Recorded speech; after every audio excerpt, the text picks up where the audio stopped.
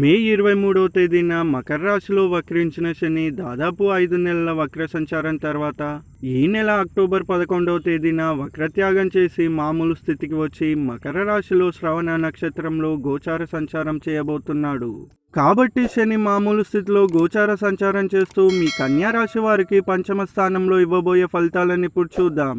శని మీ రాశి వారికి మీ పంచమ స్థానంలో సంచారం చేస్తూ ఏకాదశ, సప్తమ, ద్వితీయ స్థానాలపై దృష్టి ఉండడం వల్ల వృత్తి, ఉద్యోగ, వ్యాపారాల పరంగా ఇబ్బందులు కలిగే అవకాశాలున్నాయి.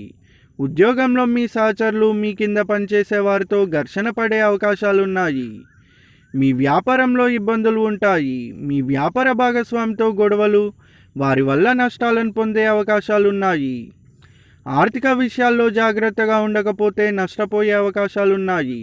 రావాల్సిన డబ్బులు వాయిదా పడి ఇవ్వాల్సిన వాటికి ఒత్తిడి పెరుగుతుంది. మీ సోదరులతో, స్నేహితులతో దూరమయ్యే అవకాశాలున్నాయి. వచ్చిన మంచి అవకాశాలను జారవిడ్చుకుంటారు. సంతానపరమైన చింత అధికమవుతుంది.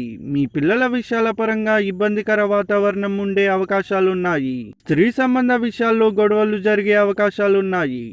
వారసత్వ ఆస్తి విషయాల పరమైన గొడవలు ఏమైనా ఉంటే అవి పెరిగే అవకాశాలున్నాయి. కుటుంబంలో తరచూ గొడవలు జరుగుతాయి. కుటుంబ సభ్యుల్లో మీపై వ్యతిరేక భావం కలుగుతుంది. కుటుంబంలో తరచూ ఏదో ఒక విషయంలో మాటలు పడడము లేదా మీ కుటుంబానికి దూరంగా ఉండే అవకాశాలున్నాయి.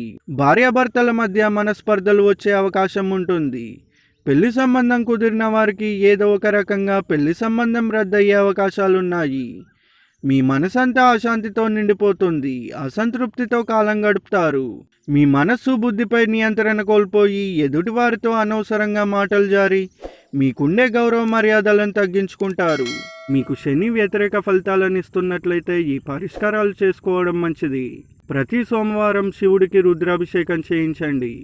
ప్రతిరోజు శని నవగ్రహ శాంతి మంత్రాన్ని 108 సార్లు స్మరించండి. అలాగే శని వజ్రపంజర కవచాన్ని వీలైనన్ని సార్లు పారాయణ చేయండి. ప్రతి శనివారం నవగ్రహ ప్రదక్షిణలు చేసి శనికి నువ్వుల నూనెతో తైలాభిషేకం చేయండి.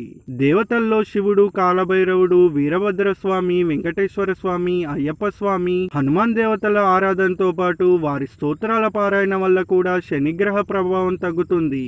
హిజ్రాలకు, అనాథలకు, ముసలి వాళ్లకు, అంగవైకల్యం చెందిన వారికి ఏదైనా సహాయం చేయడం వల్ల లేదా వృద్ధాశ్రమాలకు, అనాథ శరణాలయాలకు సహాయం చేయడం వల్ల కూడా శనిగ్రహ ప్రభావం తగ్గుతుంది. రగ్గులు, దుప్పట్లు, గొంగళ్ళు, నల్లగొడుగులు దానం చేయడం వల్ల కూడా శనిగ్రహ ప్రభావం తగ్గుతుంది. మీకు శనిగ్రహం వల్ల సమస్యలు ఎక్కువగా వస్తున్నట్లయితే కేజీ పావు నల్ల నువ్వులను, 2 నలుపు వస్త్రాలను బ్రాహ్మణుడికి దానం ఇవ్వండి. లేదా శనికి జపశాంతి చేయించుకోవడం మంచిది.